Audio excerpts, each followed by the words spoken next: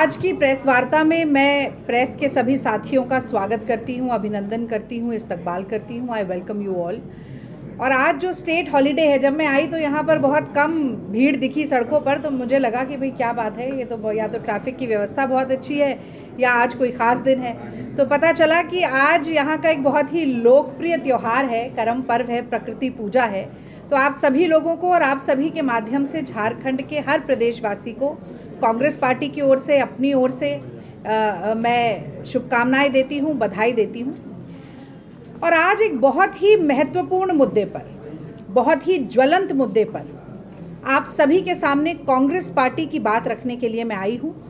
और मुझ जैसी 21 और महिला नेता, प्रवक्ता देश के हर प्रदेश की राजधानी में आज महिला आरक्षण बिल के नाम पर क्या सियासत हो रही है, क्या मजाक उड़ाया जा रहा है महिलाओं की संवेदनाओं का, और किस तरह से दो शर्तें लगाकर महिला आरक्षण बिल को 2039 तक के लिए टाल दिया गया है, इसके ऊपर हम बात करेंगे। पर मैं आज की बात शुरू करना चाहती हूँ कुछ पंक्तियों के साथ जो इस देश की नारियों को, महिलाओं को समर्पित हैं। साहस है पहचान जिसकी, साहस है पहचान जिसकी, मुश्किलों से जो ना हारी है, शक्ति का स्वरूप है वो हिंदुस्तान की नारी है।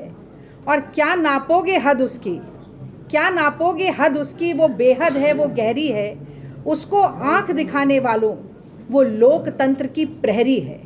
और इसी भाव के साथ कांग्रेस पार्टी ने हमेशा से महिला सम्मान, समानता, सुरक्षा और सशक्तिकरण की लड़ाई लड़ी है, उस पर मैं आती हूँ। लेकिन सबसे पहली बात जो मुझे लगता है आज कहनी चाहिए वो ये बात है कि इस देश की महिलाएं, भारत की बेटियां, हिंदुस्तान की आधी आबादी बहुत ही उम्मीद के साथ एकटक देख रही थी संसद के विशेष सत्र को, स्पेशल सेशन को, इस उम्मीद के साथ कि जो अधिकार, जो न्याय, जो इंसाफ मोदी जी 9 साल से टाल रहे हैं वो अंततः शायद अब मिल जाएगा। लेकिन जनगणना और परिसीमन की 2 शर्तें लगा 40 में लागू होगा। जैसे कि ये कहा था कि 2022 तक किसानों की आय दुगनी हो जाएगी, जैसे कहा था कि 15 लाख सबकी जेब में आ जाएंगे, जैसे कहा था कि 2 करोड़ रोजगार नौकरी हर साल मिलेगी, जैसे कहा था कि बुलेट ट्रेन चलने लगेगी, जैसे कहा था कि 40 रुपए का पेट्रोल और डीजल हो जाएगा, और जैसे कहा था कि रुपया और डॉलर समान हो जाएगा। तो केवल एक चुनावी जुमला, एक फरेब, एक पाखंड, एक झूठ के रूप में महिला आरक्षण बिल को दरकिनार कर दिया गया है। और मैं तो हमेशा कहती हूं कि मोदी रीति सदा चली आई, जो कह जाएं वो कभी ना निभाई। मोदी रीति सदा चली आई, जो कह जाएं वो कभी ना निभाई। और इसके ठीक विपरीत अब मैं बताना चाहती हूं, ये बात 2010 से नहीं शुरू हुई जब यूपीए ने राज्यसभा में महिला आरक्षण का बिल पारित किया। ये बात सन 1931 से शुरू हुई।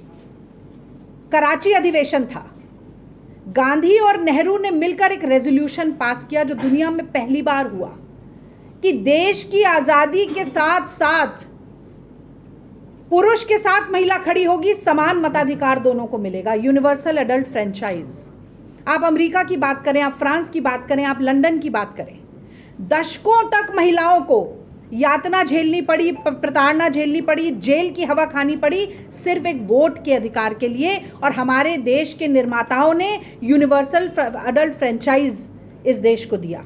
वो पंडित नेहरू की सोच थी, वो गांधी जी की सोच थी। थोड़ा और आगे चलते हैं, अब आरक्षण की बात शुरू करते हैं। 1989 राजीव जी ने कहा, I am young and I have a dream, मैं नौजवान हूं और मेरा एक सपना है। और